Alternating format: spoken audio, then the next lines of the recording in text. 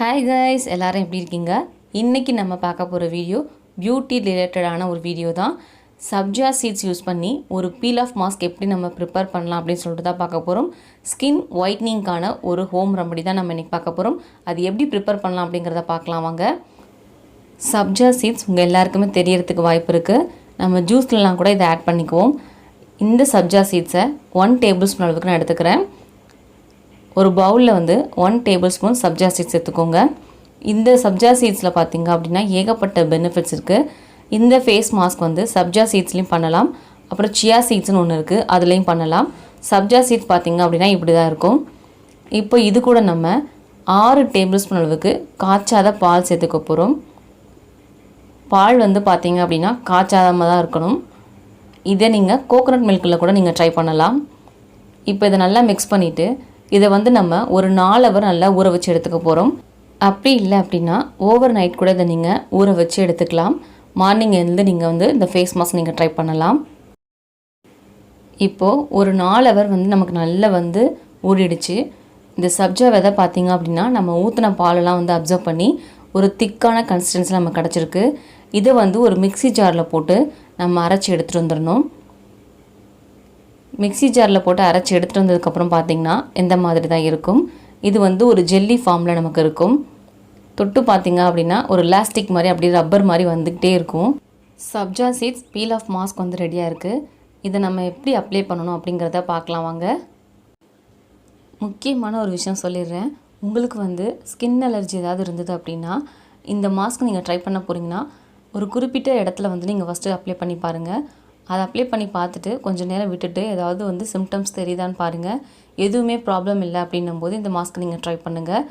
இன்னொரு முக்கியமான விஷயம் என்ன அப்படின்னா, உங்களுக்கு வந்து அடிக்கடி கோல்ட் ஆகிற மாதிரி பாடி இருந்தது அப்படின்னா இந்த மாஸ்க் ட்ரை பண்ணும்போது நீங்கள் வந்து ரொம்ப நேரம் வச்சுருக்காதீங்க. 15 மினிட்ஸ் நீங்கள் வச்சுருங்க, அதுவே போதுமானதாக இருக்கும். ஏன் சொல்கிறேன் அப்படின்னா, இது வந்து நான் அப்ளை பண்ணியிருக்கும் போது என்னோடய ஃபேஸ் பார்த்திங்க அப்படின்னா ரொம்பவே ஜில்லுன்னு இருந்தது. ஸோ உங்களுக்கு கோல்டு பாடியாக இருந்தது அப்படின்னா ரொம்ப நேரம் வச்சுருந்தீங்கன்னா உங்களுக்கு சளி பிடிக்கிறதுக்கு சான்சஸ் இருக்குது. அதனால தான் வந்து ஒரு 15 மினிட்ஸில் நீங்கள் இதை வந்து வாஷ் பண்ணி எடுத்துக்கலாம். நார்மலாக இருக்கவங்க வந்து இது நல்லா ட்ரை ஆனதுக்கப்புறம் தான் வாஷ் பண்ணிக்கணும். இந்த சப்ஜா சீட்ஸில் பார்த்திங்க அப்படின்னா ஏகப்பட்ட பெனிஃபிட்ஸ் இருக்குங்க. அது நம்மளோட ஸ்கின்னை வந்து அவ்வளோ வந்து க்ளோவாகவும் ஷைனிங்காகவும் சாஃப்டாகவும் வச்சுக்கிறதுக்கு ஹெல்ப் பண்ணுது. சப்ஜா சீட்ஸில் பார்த்திங்க அப்படின்னா ஃபேட்டி ஆன்டி ஆக்சிடென்ட் இருக்கிறதுனால நம்ம ஸ்கின்னுக்கு இன்ஸ்டண்ட்டான ஒரு பிரைட்னஸ் கொடுக்குது. அது மட்டும் இல்லை, நம்ம ஸ்கின்னை வந்து டைட்டன் பண்ணியும் கொடுக்குது. இப்போ இதை நம்ம எப்படி அப்ளை பண்ணுறது அப்படிங்கிறத பார்க்கலாம் வாங்க. இப்போ நான் இதை என்னோடய ஃபேஸில் அப்ளை பண்ண போகிறேன். அப்ளை பண்ண போகிறதுக்கு முன்னாடி எப்போயுமே வந்து ஃபேஸை நல்லா வாஷ் பண்ணிக்கோங்க. நீங்கள் என்ன ஃபேஸ் வாஷ் யூஸ் பண்ணுறீங்களோ அதை வச்சு நல்லா வாஷ் பண்ணிக்கோங்க. இப்போது நான் இந்த ஜெல்லி இருக்கு இல்லையா, அதை கொஞ்சம் போல் எடுத்து நம்ம ஃபேஸில் அப்ளை பண்ணிக்கலாம். இது பார்த்திங்க அப்படின்னா இழுக்க இந்த மாதிரி கட்டாகி வந்துட்டு இருந்தது, சரியாக எடுக்க முடியல ஜெல்லி ஃபார்மில் இருக்கனால. இப்போ இதுலேருந்து நம்ம கொஞ்சமாக எடுத்து நம்ம ஃபேஸில் அப்ளை பண்ணலாம். இந்த ஃபேஸ் மாஸ்க் பார்த்திங்க அப்படின்னா அப்ளை பண்ண கொஞ்சம் கஷ்டமாக இருந்தது. ஏன் அப்படின்னா இது வந்து ஜெல்லி ஃபார்மில் இருக்கு இல்லையா, ஸோ நம்ம ஒரு பக்கம் இழுத்தோம் அப்படின்னா அது ஒரு பக்கம் போகுது. அது மட்டும்தான் கொஞ்சம் டிஃபால்ட்டாக இருந்தது. ரெண்டாவது, இதில் வந்து கொஞ்சம் லைட்டாக ஸ்மெல் இருக்குது.